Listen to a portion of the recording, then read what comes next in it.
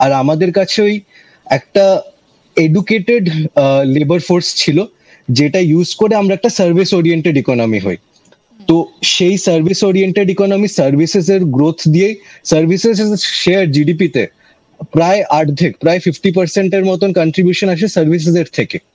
তো অবভিয়াসলি আমাদের লোকজন, ওয়ার্কফোর্স ওপরে ডিপেন্ডেন্সি অনেক বেশি, কিন্তু সেটাই হচ্ছে আমাদের কম্পারেটিভ অ্যাডভান্টেজ। কারণ কি আমরা যদি দেখি 2018 ইন্ডিয়ান ইকোনমিক সার্ভেতে বলছে যে ইন্ডিয়া একটা ডেমোগ্রাফিক ডিভিডেন্ড ফেস করছে, যে ইন্ডিয়ার ডেমোগ্রাফিক ডিভিডেন্ডটা ম্যাচিওর করছে, যেটার জন্য 2030 থেকে 40 প্রায় প্রত্যেক বছর প্রায় 9.6 মিলিয়ন ওয়ার্কার্স অ্যাড করা হচ্ছে ইন্ডিয়াতে, নতুন ওয়ার্কার ঢুকবে লেবার ফোর্সে।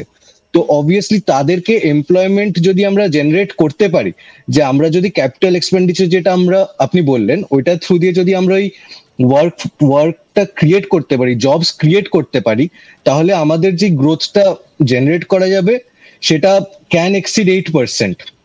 আর যেটা আপনার প্রশ্ন ছিল যে স্কিলিং এ কতটা নির্ভর, তো ওখানেই সেই জায়গাটা। কারণ কি এখন আমরা যেই যুগে রয়েছি, এখানে এআই এর রোলটা ইগনোর করা যাবে না কখনোই, যেটা ফোর্থ ইন্ডাস্ট্রিয়াল রেভলিউশন, ওইগুলোকে ইম্পর্টেন্স দিতে হবে। তো এইটা নিয়ে, এআই নিয়ে লোকেদের চিন্তাটা হচ্ছে যে এআই এসে যারা লো স্কিল্ড লেবার থেকে মিডিয়াম স্কিল্ড লেবার তাদেরকে রিপ্লেস করে দিচ্ছে।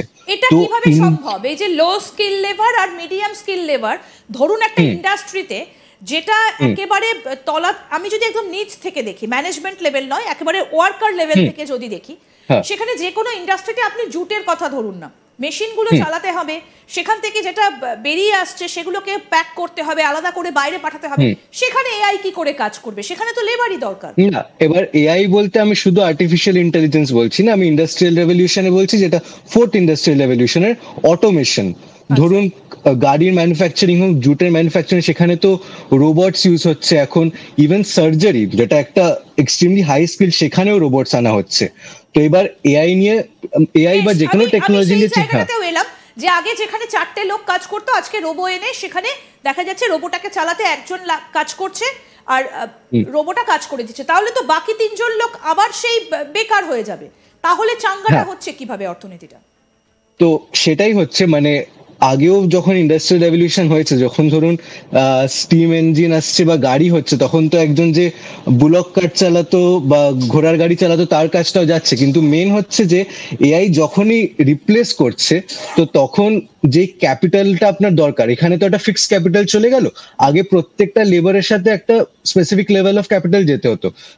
যখন এই ক্যাপিটালটা ফ্রি আপ হচ্ছে, ওটা আরো অন্য রিসোর্সেসে যাচ্ছে।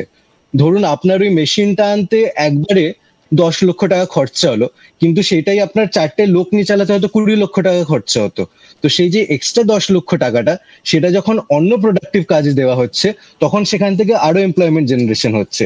তো ইকোনমিক লিটারেচারেও দেখা গেছে যে এই অটোমেশন, টেকনোলজি, এআই, এটার যেটা জব রিপ্লেসিং এফেক্ট, তার থেকে জব ক্রিয়েটিং এফেক্টটা অনেক বেশি শক্তিশালী। তো সব সময় এখানে কিন্তু একটা সমস্যাও রয়েছে, ব্যালেন্স যদি না হয়, তার জন্য যদি আরেকটা অল্টারনেটিভ কাজের সুযোগ না হয়, তাহলে কিন্তু অর্থনীতি সেই জায়গাটা। আমি দেবস্মিতার কাছে এখানেই আসবো, যে ব্রিটেনের জনসংখ্যা, আপনিই বলছিলেন যে ব্রিটেনের জনসংখ্যা এবং ভারতীয় জনসংখ্যার মধ্যে একটা বিস্তর হেল অ্যান্ড হেভেন ডিফারেন্স রয়েছে, অর্ধেক এরকম ব্রিটেনের জনসংখ্যা ভারতে। তো সেই জায়গায় দাঁড়িয়ে একটা মানুষকে স্কিলড করতে, একটা স্কিলড লেবার তৈরি করতে যতটা এক্সপেন্স, ভারতের ক্ষেত্রে কিন্তু অনেকটা বেশি। তো কিভাবে সেই জায়গায় ভারত এগিয়ে যাচ্ছে ব্রিটেনের অর্থনীতিকে পিছনে ফেলে? আমি এই জায়গাটা একটু বোঝার চেষ্টা করছি, কারণ রোবো চালাতে একটা মানুষ দরকার, ব্রিটেনে আমি একটা লোক পেয়ে যাচ্ছি, কিন্তু ভারতে আমাকে মানুষকে, ম্যান পাওয়ারকে রিপ্লেস করতে হবে। অল্টারনেটিভ কাজের সুযোগটা ভারতে কিন্তু ততটা নেই যতটা ব্রিটেনে রয়েছে। তাহলে ভারত এগোচ্ছে কিভাবে? আজকে কিন্তু মানে এই রিপ্লেসমেন্টের কথাটাতে আগে আসি। আজকের থেকে যখন বছর বছর আগে কম্পিউটার ফার্স্ট এসেছিল, তখনও লোকেরা এই সেম ভয়টাই পেয়েছিল। অ্যাজ এ যে কোনো অটোমেশনে লোকেরা এই ভয়টা পায় যে একটা মেশিন এসে মানুষের কাজটাকে রিপ্লেস করে দেবে। কিন্তু যেটা আজ হাইলাইট করলো যে করেছিল, কিন্তু কম্পিউটার কিন্তু রিপ্লেস করেছিল মানুষকে। হ্যাঁ, কিন্তু তার সঙ্গে অনেক কাজ তৈরি হয়েছিল যেগুলো ওই কম্পিউটারটাকে চালানোর জন্য বা এনেবল করার জন্য, যেই কাজটা কিন্তু আগে মার্কেটে ছিল না। তো যে কোনো অটোমেশনের সাথে যেরকম কিছু কাজ চলে যায় সেরকম কিছু কাজ আসেও নতুন করে।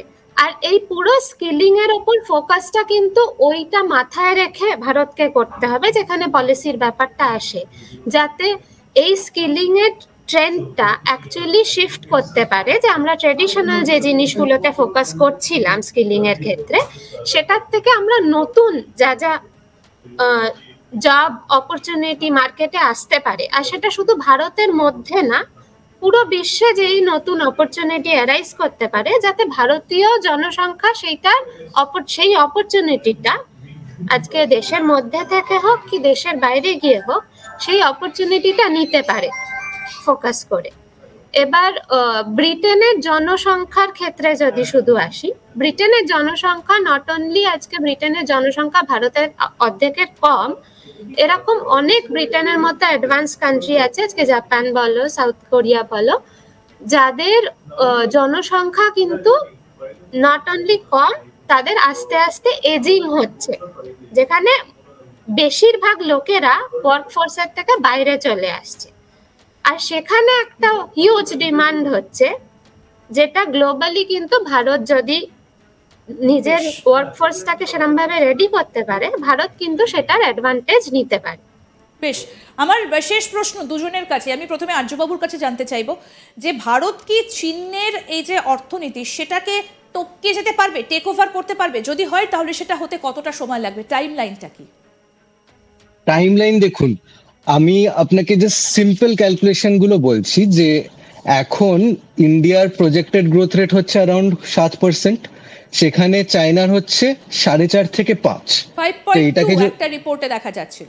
5.2টা কারেন্ট, এবার প্রজেক্টেড আগের মানে পরের বছরের জন্য, এটা আইএমএফ এর প্রজেকশন কারেন্ট। আচ্ছা, তো ওই গ্রোথ রেটে যদি আপনি জাস্ট 10 বছরের দেখেন, তো তাহলে চায়না 10 বছরে টোটাল গ্রো করবে অ্যারাউন্ড 60%, সেখানে ইন্ডিয়া গ্রো করবে 97%।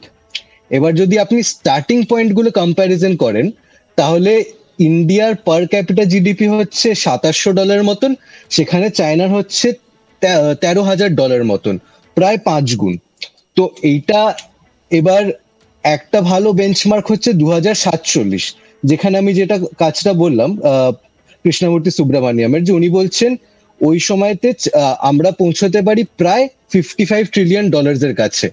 আর চায়নার যে সমস্যাটা চায়না ফেস করছে হচ্ছে যে চায়নার এতদিন একটা ইনভেস্টমেন্ট লেড গ্রোথ মডেল ছিল, which was financed by domestic savings, মানে দেশের লোকের সেভিংসটাকেই চ্যানেলাইজ করে ইনভেস্টমেন্ট করে সেখান থেকে স্টেট কন্ট্রোলড গ্রোথ হতো। এবার সেটাই কি হয়েছে, ক্যাপিটাল অ্যাকিউমুলেশন এমন জায়গায় পৌঁছে গেছে